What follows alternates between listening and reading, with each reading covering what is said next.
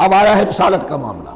وَإِن كُنتُمْ فِي رَيْبٍ مِّمَّا نَزَّلْنَا عَلَىٰ عَبْدِنَا، اگر تمہیں رسالت محمدی پر شک ہے صلی اللہ علیہ وسلم، اس کے کیا معنی ہے؟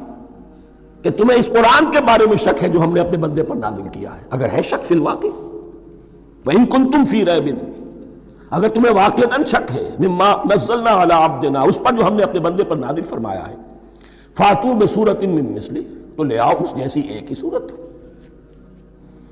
یہ ہم کل پوری تفصیل سے دیکھ چکے ہیں کہ برسبیل تنزل یہاں پہنچے ہیں. پہلے 2 آیتیں میں نے آپ کو سنائی تھی، اس میں پورے قرآن کی مثال لانے کا چیلنج کیا گیا. پھر ایک آیت سنائی جس میں 10 صورتیں ہی لے آؤ. اب آخری درجے میں ایک صورت ہی بنا لا، اور ایک صورت تو سورۃ العصر کے مساوی بھی ہو سکتی تھی، سورۃ الکوثر کے مساوی بھی ہو سکتی تھی. وَادْعُوا شُهَدَاءَكُم مِّن دُونِ اللَّهِ إِن كُنتُمْ صَادِقِينَ، اور بلا لو اپنے سارے مددگاروں کو اللہ کے سوا، جن ہوں انس ہوں. اس لیے کہ قریش کا خیال یہ تھا کہ جو شعراء ہوتے ہیں ان کے پاس جن ہوتے ہیں، وہ جن انہیں سکھاتے ہیں، ورنہ عام آدمی تو یہ شعر نہیں کہہ سکتا. تو تمہارا اگر کوئی گمان ہے کوئی جنات سکھانے والے ہیں، کوئی انسان ہیں، خطیب ہیں، شعراء ہیں، ادیب، سب کو جمع کر.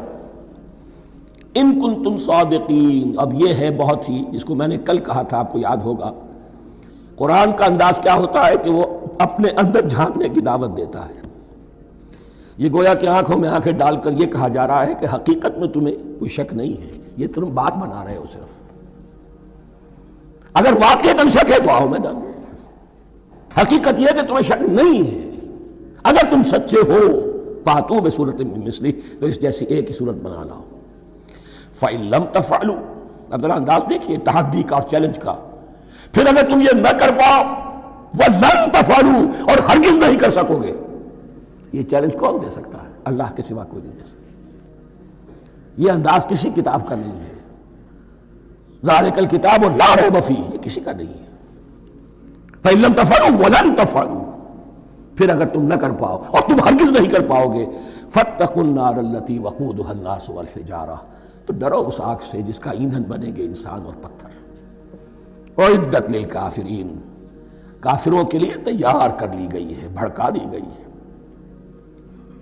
پتھروں کا ذکر خاص طور پر کیوں ہے؟ 2 اس کے امکانات ہیں. آپ کو معلوم ہے کہ وہ جو پتھر کا کوئلہ ہوتا ہے اس کی آگ بڑی سخت ہوتی تھی، عام جو ہمارا یہ لکڑی کا کوئلہ ہوتا ہے اس کے مقابلے. اور دوسرے یہ بھی کہ چونکہ انہوں نے جو معبود تراش رکھے تھے وہ پتھر کے ہوتے تھے، تمہارے ساتھ ہی تمہارے ان معبودوں کو بھی جھونکا جائے گا اور وہ بھی جلیں گے، تاکہ تمہاری حسرت کے اندر اضافہ ہو. ان سے ہم دعائیں مانگا کرتے تھے، ان کے سامنے ماتھے ٹیکتے تھے، ان کے سامنے ڈنڈوت کرتے تھے، ان کو چڑھاوے چڑھاتے تھے.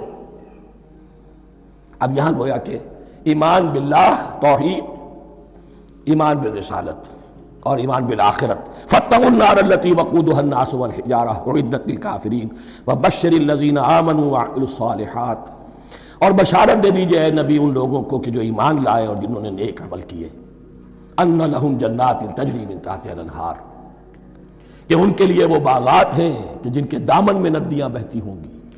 لفظی ترجمہ ہوگا جن کے نیچے ندیاں بہتی ہوں گی.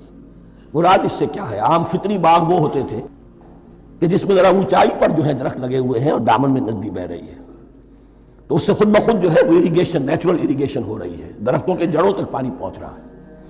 بارہ ترجمہ آپ لفظی کریں، ان کے نیچے ندیاں بہتی ہوں گی یا یہ کہ جن کے دامن میں ندیاں بہتی ہوں گی. کلما رزقوا منها من ثمرۃ رزقا، جب بھی کبھی انہیں دیا جائے گا کوئی پھل رزق کے طور پر کھانے کے لیے جنت میں، قالوا هذا الذي رزقنا من قبل، وہ کہیں گے یہ تو وہی شے ہے جو ہمیں پہلے بھی ملتی تھی. اس کا ایک مفہوم یہ ہے، یہ جو نزل ہے، ابتدائی جو ہے دعوت ہے، ابتدائی ضیافت جو ہوگی اس میں وہی چیزیں کہ جو معروف ہے، جانی پہچانی ہے. یہ رمان، یہ دیکھیے یہ انار آ رہا ہے خوبصورت، یہ انگور ہے خوبصورت، یہ نخیل ہے، یہ نخل ہے، یہ رطب ہے، لیکن ذائقے کے کوئی نسبت و تناسب بھی نہیں ہوگا. وہ کہیں گے یہ وہی شے ہے جو ہمیں پہلے ملتی تھی. وَأُتُوا بِهِ مُتَشَابِهًا، مشابہ تو ہوگی وہ، لیکن ان کے ذائقے میں زمین و آسمان کا فرق ہوگا. اور ایک یہ بھی مفہوم لیا گیا ہے کہ آخرت میں جنت میں بھی وہی میوے ملتے رہیں گے، لیکن ان کا ذائقہ بدلتا رہے گا. شکل وہ ہوگی لیکن ذائقہ وہی رہے گا کہ جس سے انسان کی پھر طبیعت بڑھ جاتی ہے ایک ہی شے کو کھاتے ہوئے. وَلَهُمْ فِيهَا أَزْوَاجٌ مُطَهَّرَةٌ، اور ان کے لیے ہوں گے اس میں بہت ہی پاک باز، نہایت پاک کی ہوئی بیویاں ہوں گی. ازواج مطہرۃ وہم فیہا خالدون، اور اس میں رہیں گے ہمیشہ ہمیش.